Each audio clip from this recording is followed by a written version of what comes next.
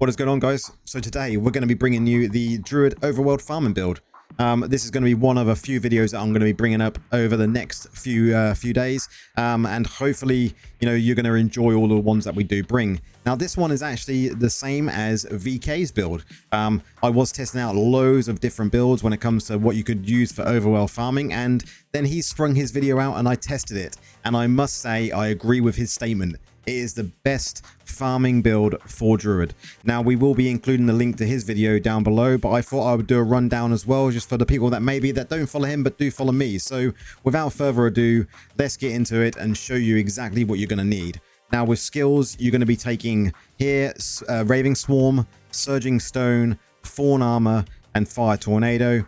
The primary here you're not going to be really using much, but if you do, it's going to be called Ferocious Strike. It's a good primary. Now, when it comes to the actual gear you're going to be using, the important part, the helm, we're going to be using Ashmonger. Now, this is for your Fire Tornado. It's going to unleash a ring of expanding fire underneath you, which then obviously when you walk over it and enemies go over it, it's going to be burning them and causing plenty of damage. Now, burning enemies explode when their life falls too low, and then fire tornado damage is increased by 18%. This is really good, and it goes hand in hand with all of our other parts that we're going to be using on this build. As you see, we go through the chest piece. We're using the coat here. Now, the coat is for Smolder Fawn. This is based on our Fawn armor. It now creates an area of thorny vines that follow us that continuously damage nearby enemies, infecting them with what's called Smolder Seeds. Smolder Seeds is a really important part here because these explode if infected enemy is burning. So we're going to be burning our enemies with our Fire Tornado and then exploding the Smolder Seeds with our armor. Shoulders, we're using the Saw Skull. Now, this is going to be for Raving Swarm. It's going to increase your movement speed by 30%, 2 charges, and basically, like with beneficial effects, you're going to be able to increase this, I think, to about 10 seconds, 11 seconds. So I can pretty much have this up all of the time, no worries about movement at all. Now, when it comes to the legs, we're going to be using the occasional pillar. This is for our Surging Stone. It deals 40% increased damage, but consumes 25% more primal power. Now, this one is a hit and miss.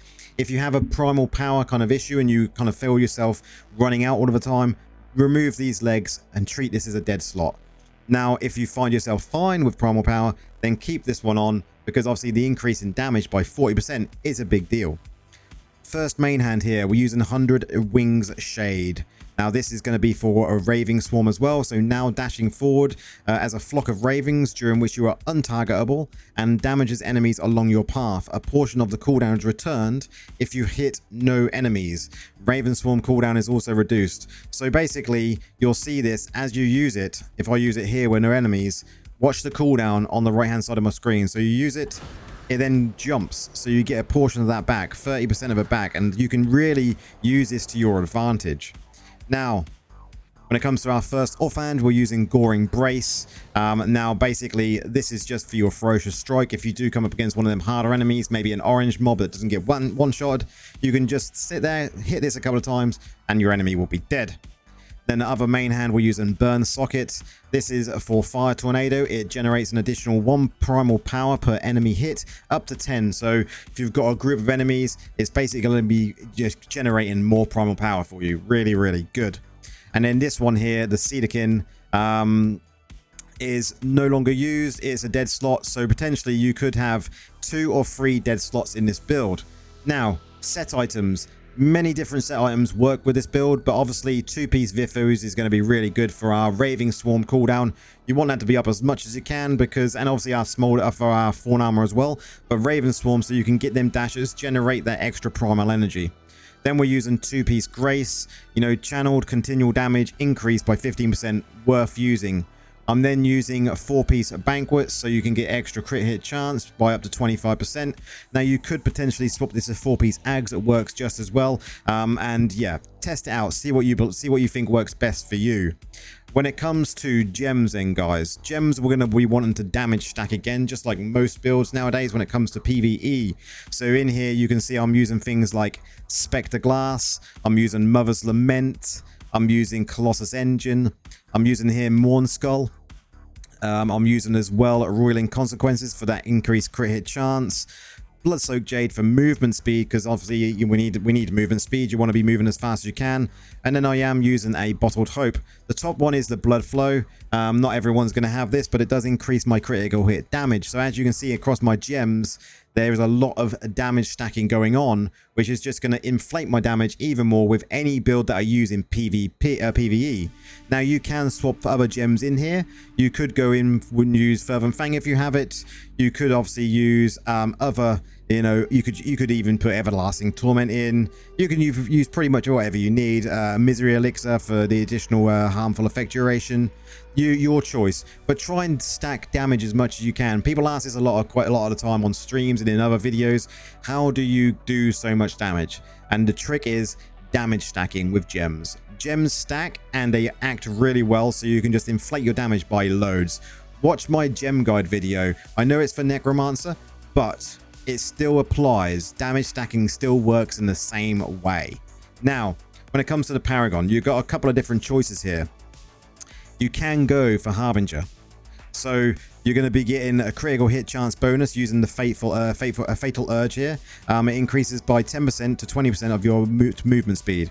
Really, really good increase in damage stack. Critical hit chance is good to have. You could then go for Spree, which is going to increase your movement speed for 5 seconds when you kill a monster, stacking up to 15%. This just gets us closer to that 70% max movement speed.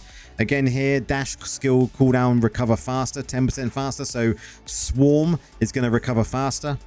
Critical hit chance increases by 10% of your movement speed, so it's not going to be much, but any increase in critical hit chance is always welcomed. Then you've got move unhindered through monsters and barriers or traps created by skills. So this, when you bump into an elite and they put a wall up, you're going to be able to walk straight through it, no problem at all. The other one you could go with is good old Brawler, and you can just go in here with the right hand side, the lower tree here, for increased size and movement speed, no problem at all there whatsoever. Legendary, you want to be going for Death Release, or you could go for Lightning Rod, but I always tend to pick out Death Release because it's got a shorter cooldown. Now, other things you want to be making sure you're using in a farm build is definitely going to be your Warband Room. Definitely be using the Protector for the increase in size because it does make you move faster. Now, curse properties don't really matter, and familiars, we all know familiars you're going to be wanting to use something that's got an increase in damage on it, like the lingering wounds. Now, other than that, guys, that is the build. There is not much to it. It's a blast to play. I've had a lot of fun doing this, and let's take you into some gameplay so you can actually see how it works. We'll just jump into a Terra Rift here live on the video. So basically, guys, what you want to be doing is maintaining your primal energy. And the way we do this is by cycling certain things. So you're going to be wanting to make sure that if you've got Surging Stone on, it's going to be using a lot of your energy. So you're going to be wanting to run to mobs, kill them, drop down the fire tornado stuff if you got it, making sure you got Fawn armor on as well, and just running through and making sure you can keep a good cycle of your primal power. Now, if your primal power does drop, what you can do is turn off Surging Stone and then just turn on Fawn armor and just use your fire tornado, because it will work while you generate, and then before you know it, you're back up to over 75% again already, and you can just continue. This is how the build works. There's no issues with it here. Let's see if we can find some good enemies down this the end of this path here. Maybe we can in the little area on the side here. So we're going in, we've got Fawn armor up, we're gonna kill all those dead. Here, them ones are now gone as well. As you can see, guys, there is no problems here. If I turn off that, because we've run out of primal juice now, we can just continue going around here. Now I'm back up to near enough full. We can go back in. We're actually just going to kill all those. We'll make sure we finished off this elite pack. Done. And we can still keep going. As you can see, there's no problem really. The damage is absolutely fine. Don't get me wrong. There's a lot of hate on Druid at the moment because of the lack of essences, and I think this build will only get better as we get more of them dead slots that we are using filled up. So guys, if you have any questions, don't hesitate to put them in the comments. Now, as always, if you like my content, like, subscribe to the video, come and follow me on the Discord and chat with us. Lots of people in the Discord that are willing to help, whether that be Necro, Druid, or any other class. As I mentioned, we will be bringing you other content for the Druid. I have a PvP build that I'm bringing out and a dungeon build, and I am still trying that Druid trial, so maybe I'll release a build for that while it's still available, so people can give that a go if they are playing a Druid. But until the next one, guys, cheers.